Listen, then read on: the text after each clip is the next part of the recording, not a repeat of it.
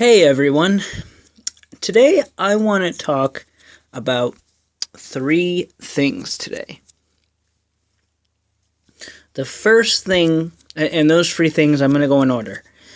The first thing is what I've learned. This is going to be one of my rambling series, and here's a couple things that I have learned over the course of time.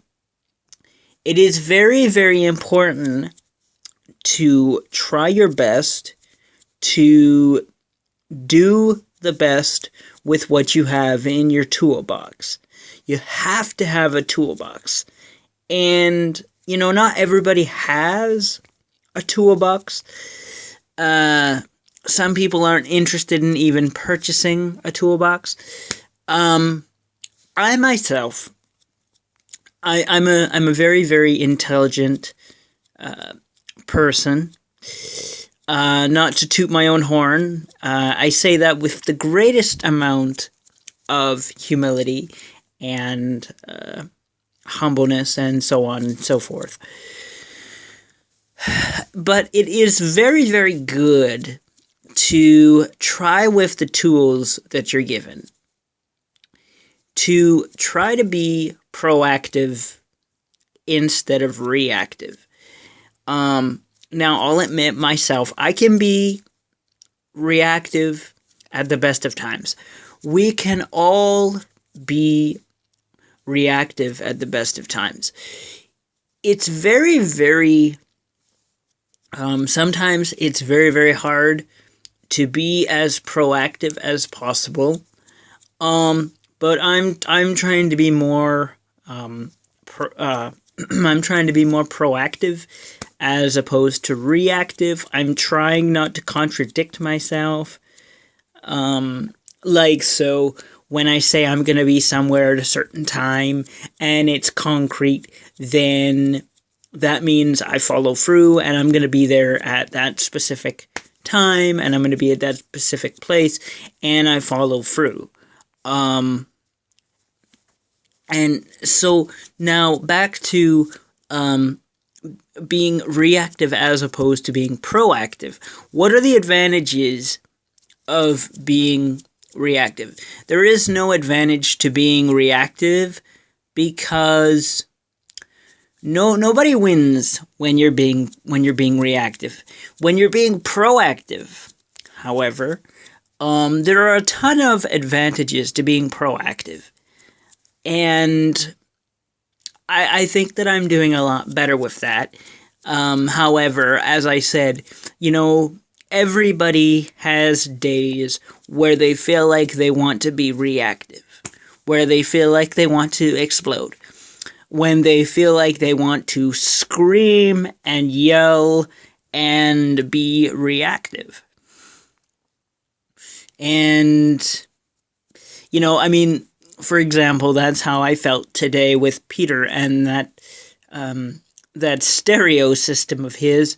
I felt like I wanted to scream. I was losing my patience because I felt like I'd done everything that needed to be done. Or I felt like I tried everything that I knew that I knew of. I knew what the problem was. There's some sort of wire or something, some sort of cord or wire something's not plugged in, that's making it do that.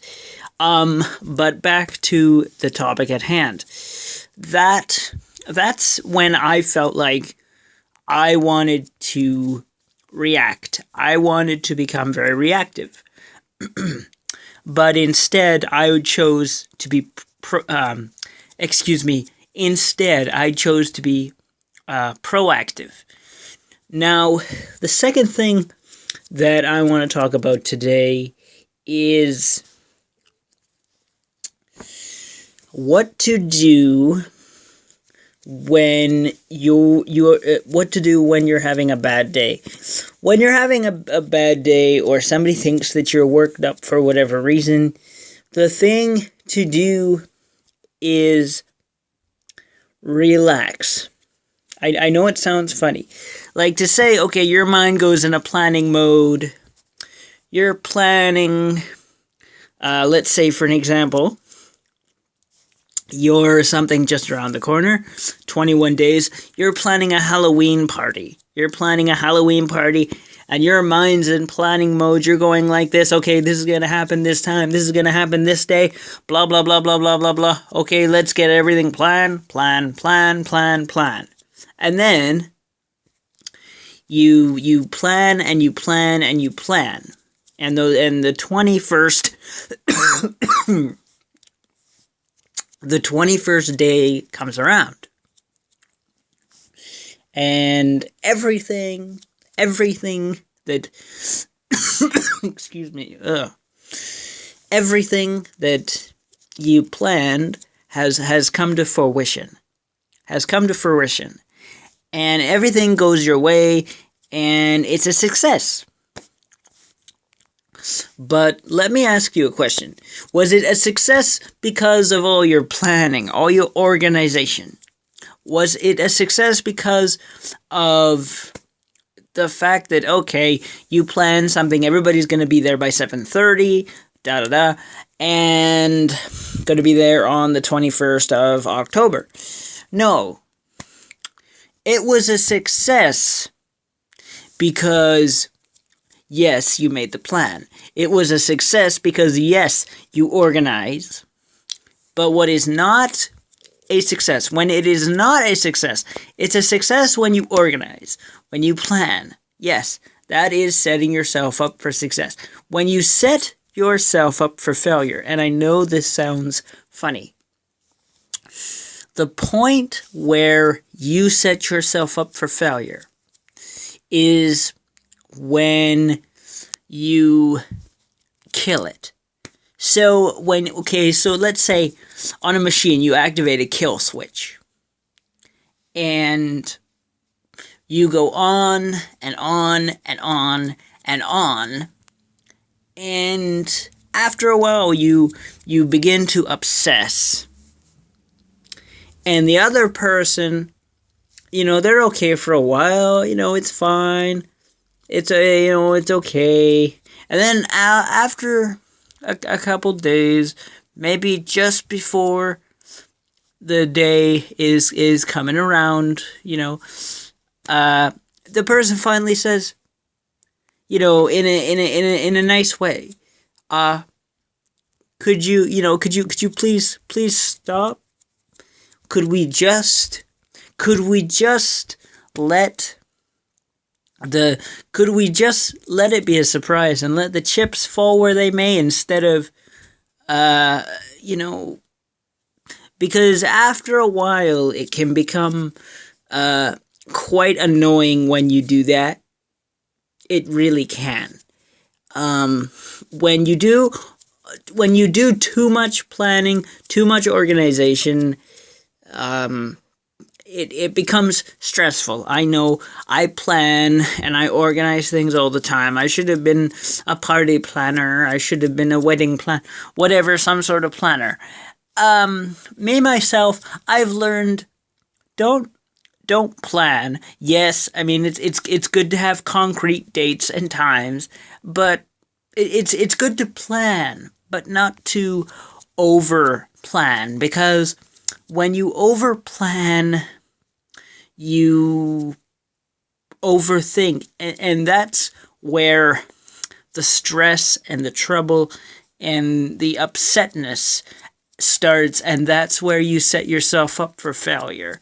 And, there was a third thing, but I think the two things today were enough, because I don't want to go over YouTube's length rule. So I think I talked about enough today, guys. If you like this video, leave a like down below and comment as well. It's greatly appreciated. I really want to hear your comments on this one, and just take what I've learned into consideration, because it is extraordinarily helpful. And if I helped anyone in this video, which I've gotten a lot of positive feedback before, please feel free to leave more positive feedback. I really appreciate it. And that's why I do these videos. I do these videos for something for me to look back on, something for me to fall back. But I do these videos because I know a lot of people need a lot of help as well. In different areas, in different aspects, we all have our strengths and weaknesses, and we just try to do the best we can with what we got. So that's what I'm trying to do here, and just trying to make our way through this this little thing called life, with all of its ups and downs and whatever else.